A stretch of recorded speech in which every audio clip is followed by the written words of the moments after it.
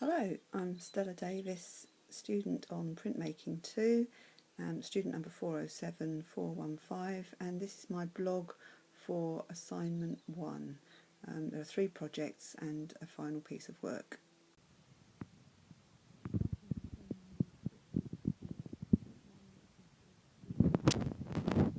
There's a map here of our local fields, and I went out drawing and marked the various viewpoints on the local map.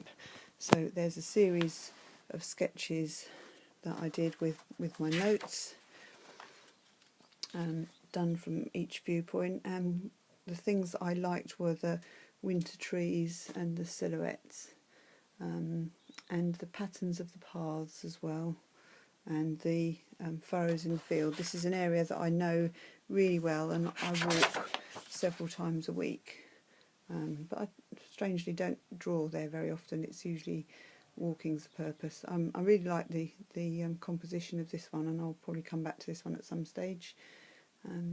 Like the way the paths lead your eye down and through to the church and then intersected. Same there. So they were quick sketches and done by necessity, really, through caring for, I had both mums staying with me that week. One lives with us permanently, so I was able to go out, but by being local I wasn't far from home and could return home if I needed to at any time. When I got the information back, I started to process it and to think about how I might turn that into a lino cut. And because it's quite a time since I did Printmaking 1, I found that I was quite rusty and had to rethink how I was going to work. I interrupted my printmaking in order to do graphic design at level 1 because I felt that the skills that I would discover doing the graphic design course would in the end help me to be a better printmaker.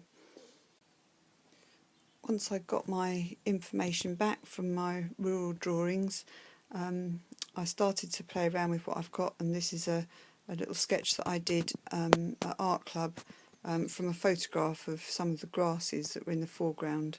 I took lots of photographs to go alongside my drawings. Because I was new to coming back to printmaking, and I wanted a really sort of monoprint painterly feel to these sets of prints, because it seemed to fit with the idea of nature, that every time I went out it was a unique occasion. You would never see that growth or that weather condition in combination again. It's a constantly changing landscape. So I wanted the rural print to be, close to a monoprint or very painterly and loose.